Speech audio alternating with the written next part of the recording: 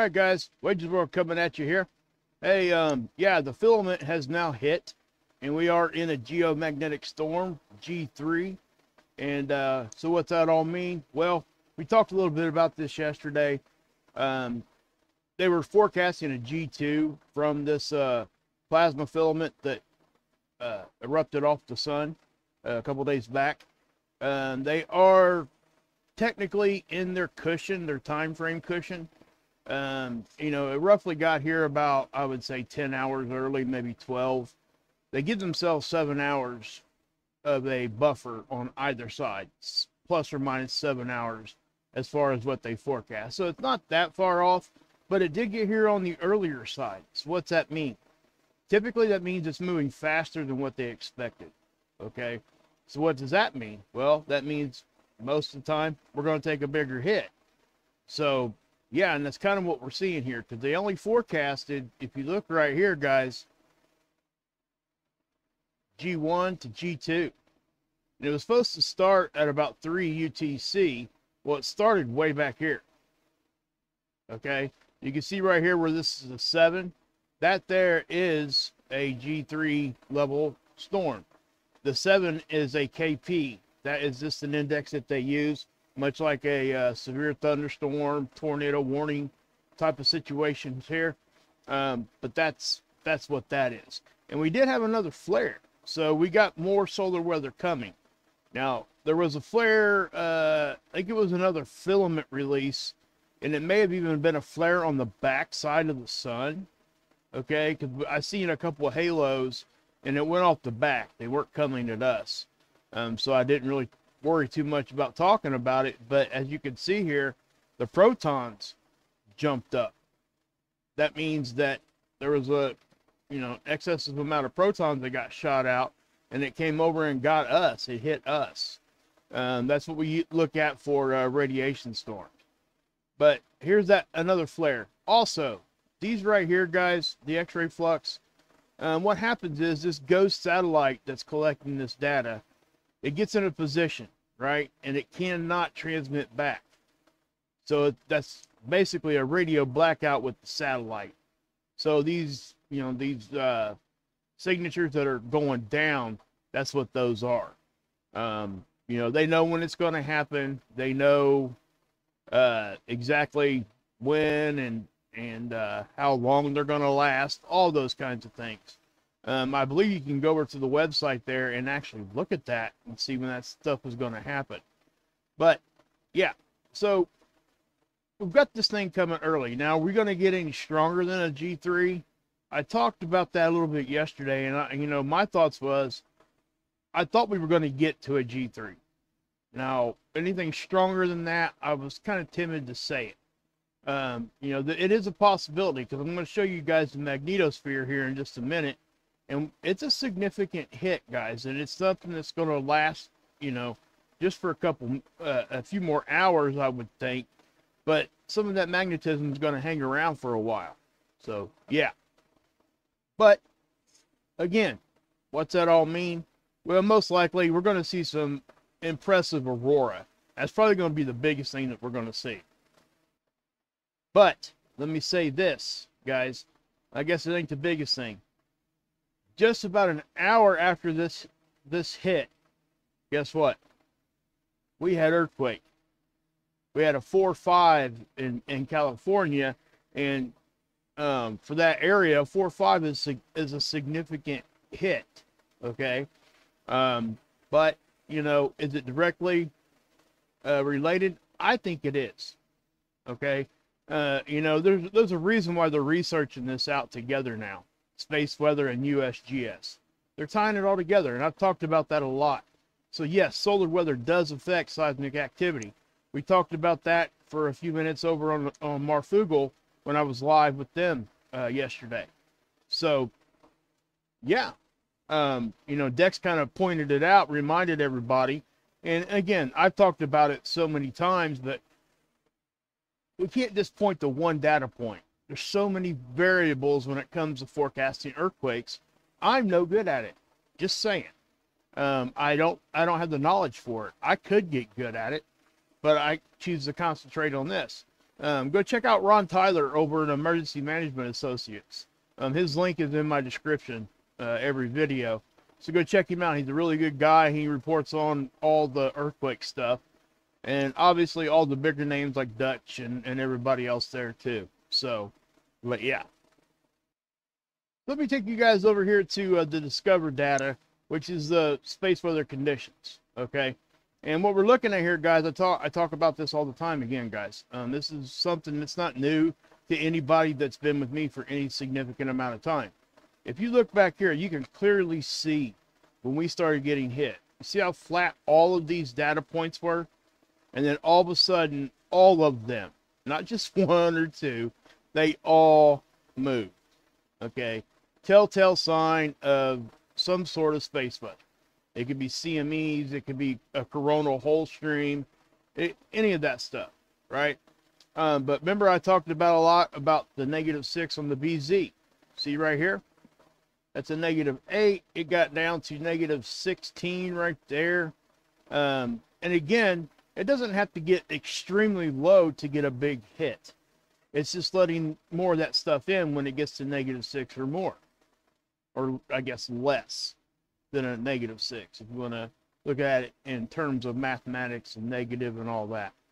But every time over here at Discover, if it gets to -6, they actually will make it purple, as you can see here, or a light pink, however you guys see that. But notice up here, see how it creeped back up to almost a 0? What's interesting, and this is very interesting to me, because about the time it started creeping back up here to 0 is when we went into the G3 part of the storm. So it's kind of a delayed reaction there, get the geomagnetism down to where we're at, or at least, you know, hanging around here. But that's what we're looking at there. And according to like right now, I'm not sure we're even in geomagnetic storm conditions. We'll go take a look at that here in just a minute. We may have already come out of it, and this isn't uncommon. We'll bounce up and down, back and forth 100 times. Okay, it's just what happens. So I did want to point that out. Now, is this a high density event? Well, kind of. I wouldn't call it extremely high as far as dense, the density of the particles here. As you can see, it gets to 16 or 17. Look at that orange box right there. I don't think it got much higher than that, but the key here is it's variable, which means it's fluctuating a lot. You see this? I call this popcorn, and you know, as far as it's just a name I've given it to give people kind of a better idea or better visual and audio to kind of tie it together to really understand what I'm saying here. Things are jumping around. So when that's happening, our magnetic field, our magnetosphere, is getting compressed and then trying to expand back out. Then it gets compressed and expand back out. It's back and forth, back and forth. In other words, it's not in a stable position, so that does lend to a higher storm level that it can kind of creep up on you there. Now, as you can see here, the speed, same thing, right? 3 to 500 is normal, right? That's kind of ambient. What we would consider anything inside that, it's just kind of everyday conditions. But it did get up a little bit higher than that. Now, for about every 400 kilometers per second, that's roughly about 1,000,000 miles per hour. Okay, so that's just a rule of thumb, kind of rough thing if you ever look at these graphs. And I really hope you guys do learn these things. You know, listen to what I'm saying here, and then go over there and check these out yourself and read up on them a little bit, and just kind of, you know, get a better idea. Because, you know, the better idea you have, the more you understand it, right? So, yeah. And sorry about that, guys. My audio cut out there for a minute. So I'll tell you what, let's go over here and check out the German space agency. We'll check out what their readings are getting. But before we head over there real quick, I do want to point out, guys, look, this is latest observed. This is NOAA right now, and it's saying that, you know, we've already dropped out of storm level, which is very possible. Okay. And this is why I'm going to show you the German agency here in just a second. But here, the geomagnetic activity here over at NOAA, these are 3-hour averages. Okay, I'm going to take you over here to the other agency, and you're going to see that they're 30-minute, 60-minute, and 3 hour. They give you those, so it gives you more of a idea of what's happening up and down. You're getting quicker data collection, so you get more to look at, and it does give you a better idea about what's going on. So let's head over there. Okay, guys, got you over here at the German agency here. And guys, the link to this is in my description also. I highly suggest you guys go over and check them out, okay? Because this does give us a different look. This is on the other side of the planet if you live over here in the States, okay?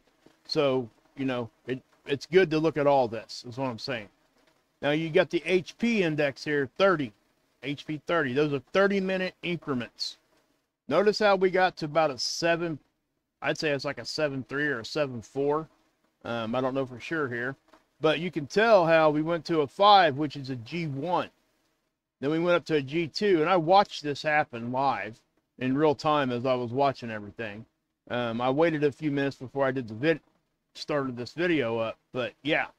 Now, and again, you can see where this is a 30-minute increment. Now, if we scroll down, it did get to G3 even on the 60. Those are hour averages. Okay, but again, and then here's your typical KP.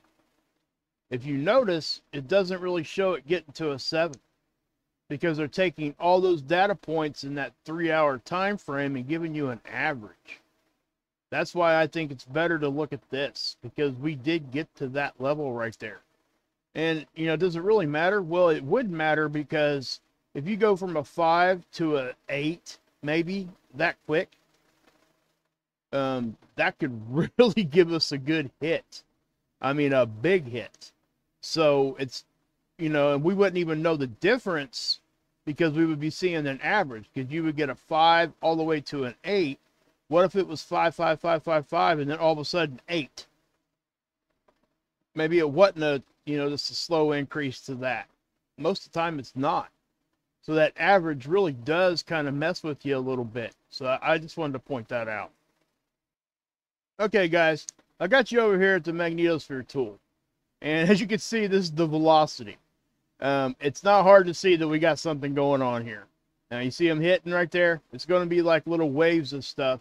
And you're probably going to see stuff that looks really extremely strange to you. Okay? I can't say that I've really actually seen it do this exact thing, what we're looking at here. And I'll explain here in just a minute. But it doesn't look like abnormal as far as taking a hit from the front. The sun's off to the left. And what you're seeing here, guys, this little bow, that's our bow shock. Okay, it's the point where the space weather stuff coming from the sun hits our magnetic field. And you know, you can see it real clear right there. That was a decent part of the hit. You see how we took a big hit and we stayed back. What that meant was we got hit right there, and then it was a constant speed for, you know, however long that was. And as you can see, we are taking more hits, okay? And this is speed right here. It's important to differentiate between speed and density, okay? And I'll go into that here in a minute, but you see how this big dark maroon color is getting ready to hit right up here at the end of this? Watch this. It's going to happen. And I'm going to show it to you here just right there. See that? And right there. So we're still getting hit. We're getting waves. So I'm not so sure we're going to stay out of storm conditions right now. I think possibly we'll probably go back up into them again.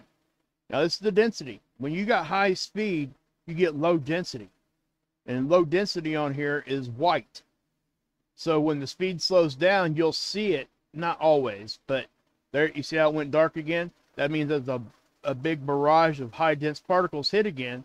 And it was probably that. Remember I talked about yesterday, it looked like we might get, like, with a filament, sometimes you get multiple hits. And that's kind of what you're seeing. It comes in fairly quick waves. All right? So you can see how all these little strange looking, I guess, signatures, if you want to call them that. But, yeah. Do they mean anything? Well, it's just showing you exactly what's happening here as far as how our magnetic field is deflecting this stuff. Okay? It gives us a visual, right? So if we come over here, everybody understands pressure, right? So this is what it looked like when the stuff first started happening, and that's what we're seeing. But watch as it gets closer up here. I'll take it back to here. Watch it hit the initial like big hit, and you'll see it. And then our bow shock just keeps getting blown to the back. Then we'll even get more hits. And you'll see this kind of wave around a little bit, I guess. It's like a boat going through water. It truly is. Now I'm going to stop it right there, and I want to bring you guys back to right there. You see that? You guys see what I'm saying? Look at this. Okay. You know, up until that point right there, we were getting consistent pressure. Now it looked like most of it was focused like right in the front, and it kind of lightened up here on the corners. What's that mean? Well, this means that we're still getting hit. Waves are coming in. What happens is we get hit, and our bow shock gets compressed towards the planet. Okay, our magnetic field gets pushed in towards us, and it's trying to push back out. When it does, you're seeing this rapid expansion. Okay, it's much like the uncle analogy I use all the time. When you're wrestling with your uncle as a kid, you know, he puts his hand on your forehead and you're trying to get to him, and he's holding you back. All he has to do is step to the side, and what happens? You fall down like a crazy kid that you are. So, yeah, that's kind of the same thing here. We're holding it back, and then got to step to the side, and we're able to win that battle for a minute. It's a constant back and forth with us and the sun. That's exactly what we're seeing here. So if I back this up more, there's the ambient condition, and here we go. Right there. See that? See, everything's normal, and then you see this line? We get hit right here. Our magnetic field starts to sense it's coming again, and watch what happens. See that? It's very visual here. This is a really good thing to look at, guys. This will help everybody understand a lot better. And also understand, we're not two-dimensional. We're three-dimensional, right? So this isn't just like a line out there, guys. This is like a big bubble or a slinky that we're sitting in the middle of. That's our magnetosphere. Okay? Tamith the Scove actually uses that analogy, and I think it's awesome. So anyway, as you see that happen right there, we're still pushing back out. Then here comes the bigger hit, and it flattens out our bow shock. You see that? So, and then we keep moving forward here, and things start to go a little bit back to what we would consider a normal look of it. Okay, but yeah, so that's the pressure part of it, and that's how our magnetic field is acting right now, because of the really dense part of the plasma is hitting us, and it's moving fast. Okay, guys, the OGs from my channel are going to understand what I'm getting ready to say here. I used to show these models all the time, okay? But the models I just showed you took the place of these. Does it make these things invalid? No, it does not. Does it make it older technology, older models? Yes. Because if you look at this, you can get a better visual by looking at this than you can. See, I know this is still two-dimensional, but it does have a three-dimensional feel. But if you come over here to ISWA, you're going to see it's all two-dimensional stick figure type of stuff. Okay? But I do want to show you something here that I thought was really interesting. This right here is basically the pressure model. Well, let me do this for you. This is kind of what took the place of that. Okay, but check the signature out. I thought this was a really good visual.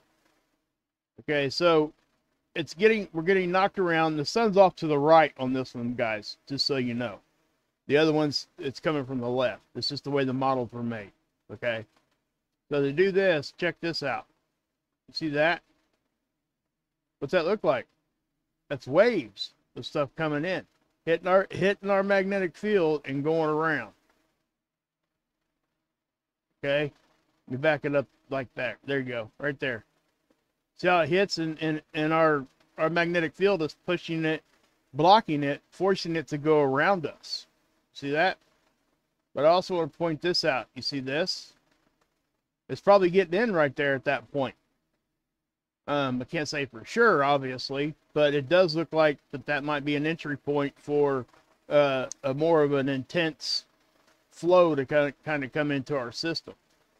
Now, again, let's do that. Now, notice how, and again, these gives us lines, and that's why I don't like it, as far as trying to give you an overall visual. But, you know, this over here, again, it's not going to look like it's normal, because it's not normal, or ambient, I should say. This is what we would expect it to look like if we're getting hit with stuff, guys. Okay? I mean, there's no doubt about that. So, okay, guys, this is the Australian model, and I've shown you guys this a bunch. Shout out to my Aussies, baby. Alan Ballantyne, what's up, brother? If you see this, I'm not sure if you'll see this one or not, but it's good to see you come over to the States and visit with Tommy, brother. That's pretty cool to see you guys do all that stuff. Pretty neat. But anyway, you can see this is our bow shock, and this is an Australian model, and it's very simple, which is why I like it. You can see the compression and rapid expansion really, really good here. So what's that mean?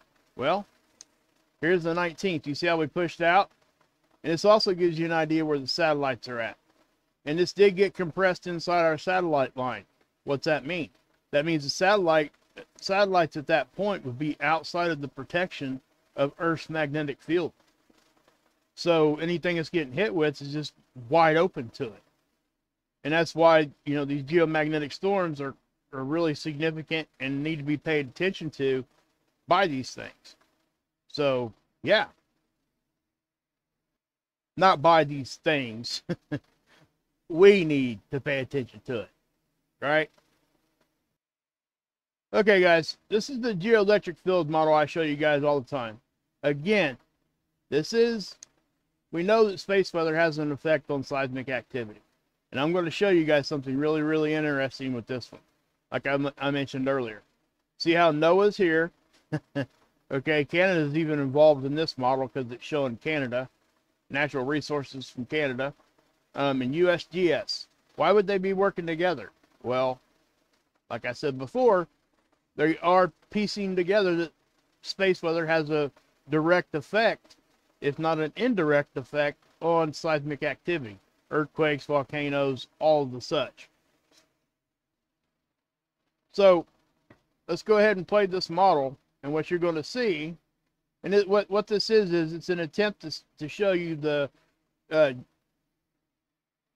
magnetic field, the geoelectric field on this one, and its effect on unnatural electrical components.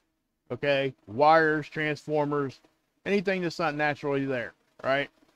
So watch this. Now I've shown you guys this model a bunch, but you see that's okay, that's exactly what we would expect to see with a significant geomagnetic storm and a significant hit. That's what we're seeing. So why are we seeing it just in these certain areas like this? These are the higher populated areas, guys. So you got more unnatural electrical components in these areas. Now up here, that's not necessarily the case. Okay, so this is just up where the stuff comes in easier. Right? So, yeah. Not to mention that right here is the mountain range. You get it right here in Colorado also. Nevada, all up through here through the Rockies. It is interesting. There might not be as many detectors out here either, which is probably more so the case because, you know, the Rocky Mountains, they're closer to the space weather, so they should be seeing more of an effect. Okay, they probably are, like I said, but again, yeah, there's just not enough detectors out there at this point. So, okay, I got you back over here at the European agency here. I think it's the German agency, but I'm going to point something out here, like I said a second ago. See when this started happening? We started getting hit. Look at the time. Okay, the timestamp. This is all UTC, by the way. So if you're on the East Coast, you got a 4-hour difference. If you're in, if you're in Central Time, then you got a 5-hour. You guys can do that for your time zones. You can simply use your phone and ask ask your phone, you know, what's the difference between where you're at and UTC, okay? It'll tell you, okay?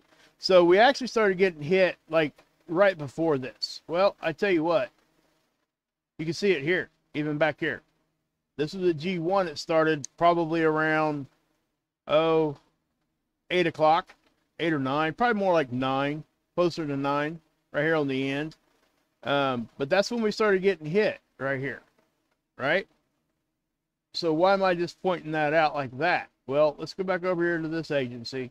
You can see how we jumped up and all that. Now, what we got here? Okay, notice what started happening here. Right when all this stuff started happening, we were pretty quiet here for a minute. See that? And then all of a sudden, here comes some earthquake activity. You know what I mean? And it was significant enough here in Wesley, California, which is this one here, that they blocked it out in red.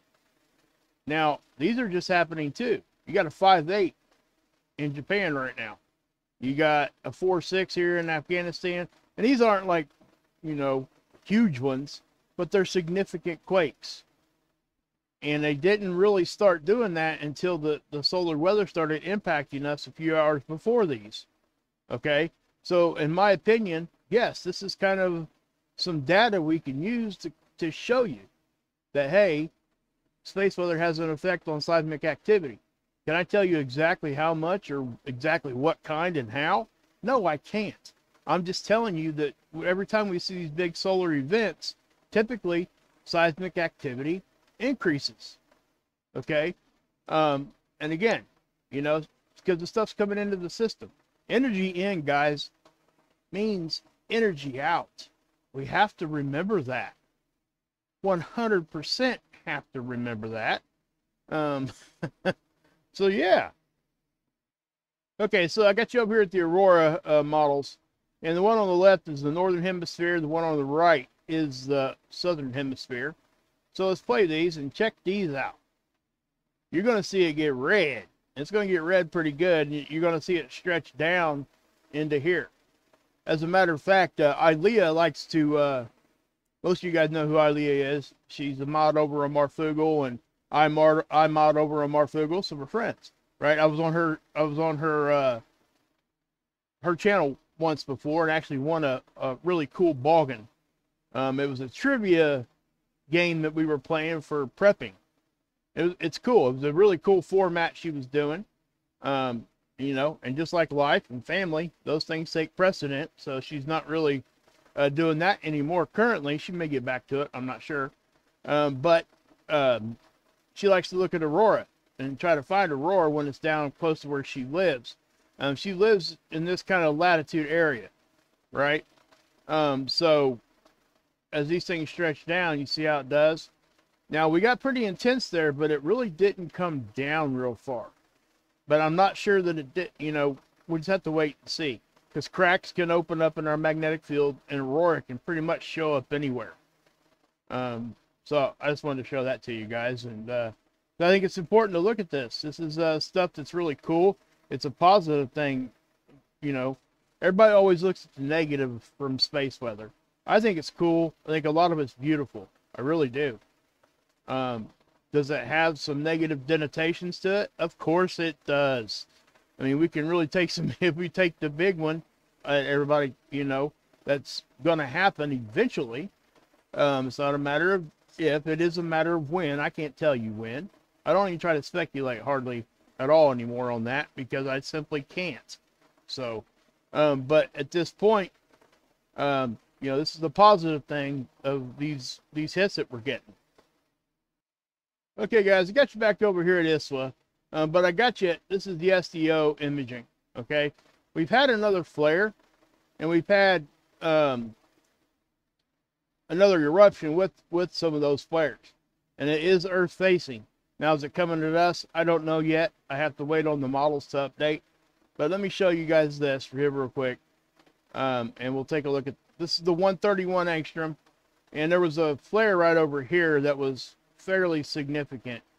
So let's take a look at that one. Let me grab the slide bar here. So if I run this through like this, you're seeing little pops, right? Like here, here, everywhere actually.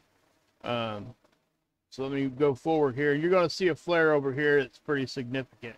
It was like an M1 or an M2, right there. Okay, see, I went black. The camera couldn't handle all the light. So there you go, right? Now I could update this. Matter of fact, let's just update it and see what it does.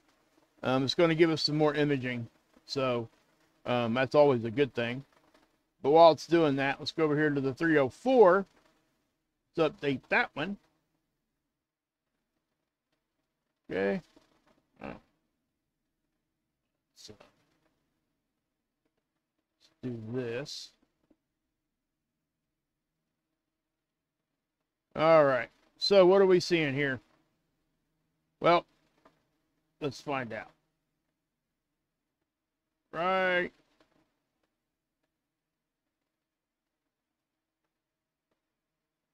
Okay, I didn't see much after that last flare. So, but if you look here, I think, yeah, you can see, you know, usually when one sunspot reacts, anything close to it, it'll react also. Okay, that's just the way that things work.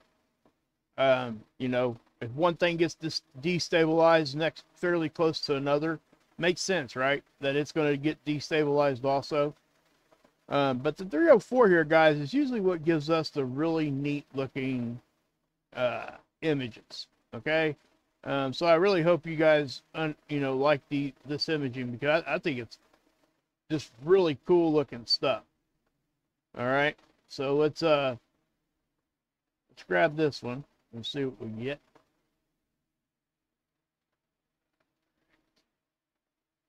Well, let's grab the slide bar here.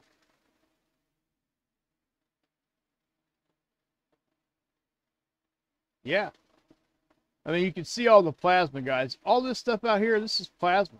Look how far that's reaching up. Let's go ahead and zoom in a little bit. See that? I mean, to me, that's just really cool things, man. Really, truly is. Let me go hit play, and we'll yeah, we'll play it by ear. How about that? Go back up here for a second. But this is going to give us a good idea of what's happening, okay?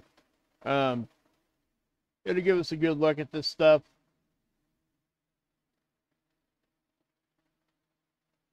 See that? I just think it's really pretty, in my opinion. You can see that this is plasma traveling on magnetic connection lines. That's why it gets sucked back down to the sun, most of it. If that leaves the sun, look at that. Look how far arching that is. Okay, you're looking at probably 10 Earths tall right there. Okay, I mean, it's just really cool things here, guys. Cool stuff. This is the 304 angstrom. It's an angstrom of light, and typically it's going to see ionized helium, this particular model. So if I do show you guys this one, again, you got more areas doing its thing, right? And you got blast here, blast, you know, little jets popping out everywhere. So, yeah, I just think it's really cool. Let me back off a little bit. Okay. So, let me pause that. And, yeah. Okay, guys, I got you over here at Seeds. That's just the website that shows you SOHO and Stereo A. This is SOHO. Now, this is the satellite 1,000,000 miles closer to the sun than what we are, always looking at the sun. Okay? And it's collecting data all the time. It's always looking at the sun. And what you're seeing here is some eruptions. These are CMEs. And I do believe this one was on the front side. I'm not sure if it's coming exactly at us yet or not. We haven't seen anything from the 19th. The data hasn't updated yet. So we got to wait on that to see if that flare that I showed you guys just a second ago actually had a CME with it. It didn't look like it had much of one, but it doesn't mean that it didn't. So we just got to wait on the data to get there. I did want to show you guys these coronal holes. Okay, that could give us some faster solar wind. They are right in front of us. There's one in the northern hemisphere, one here in kind of the equatorial region. So it is kind of in the Earth strike zone. We're going to be connected to it, and it's going to flow, just flow plasma right out. You know, highly charged particles. Now, can I tell you exactly how fast it's going to get here? No, but typically about 3 days. And we're talking about that kind of solar weather, or space weather. But you can see, you know, this is the 195 angstrom from the GOES satellite. We're looking at a different gas here, but we're still getting a really good visual. And you can tell that's why we look at different angstroms, guys. It does give us a better idea if we look at more than one. Now notice that the sun's getting spotted up again. And why I'm going to bring that up is because some of those sunspots survived the backside. And they were very active when they were over here the first time. And they were extremely active on the backside. I haven't seen a really excessive amount of eruptions. We just had the filament release off, and that's what's giving us the space weather now. We did have a stealth CME hit us a couple of days before right now, but yeah. So it did have us kind of juiced up there a little bit. But yeah, guys. So that's really pretty much it for now. If we have any other, like if this thing jumps up to a G4 real quick or something, or because right now I look for this next data point to be down to at least a G1, if not further down. Because if you look up here, latest observed, there is no G1 here, so that means it's below a 5 on the KP. So yeah, and we can look at the German model here real quick and make sure that it's kind of saying the same thing. See, kind of bounced up here, and now we're kind of fading back down. So please go check out all these sites, guys. Go check out the lifeboat. They're doing some, Tommy's doing some really good things over there right now. If you guys are struggling with addiction or anything like that, please head over there. It's an online group session pretty much, and they're sprinkling in some different content now too. Some different avenues where things overlap in different genres, and it's a very good strategy.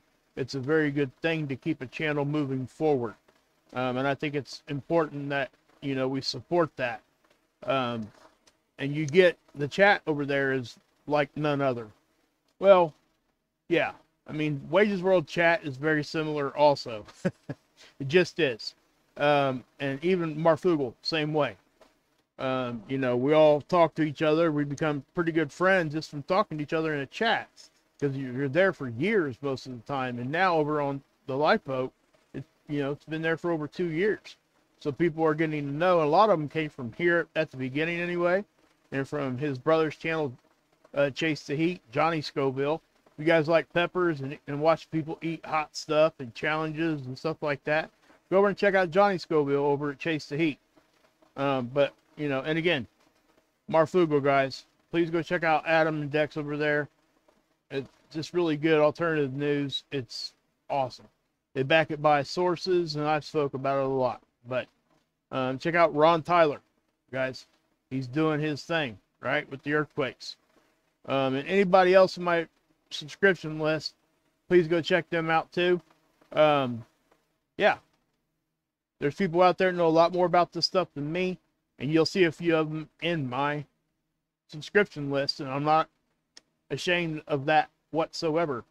This is how I live my life, guys. The second you think you know everything about something is the second you quit learning. Okay, so if you want to become that ignorant, non-learning person, continue to live life like you know everything. That's why we tell our kids, hey, don't you walk around here thinking you know everything. But anyway, today was my 30th wedding anniversary to my best friend and one of the most beautiful people ever put on this planet. And I love her so much, and I just want to tell her, I want the world to know that without her, I would not be here. Promise you that. She stood by me through my addiction, which I've been, sober for almost 13 years now.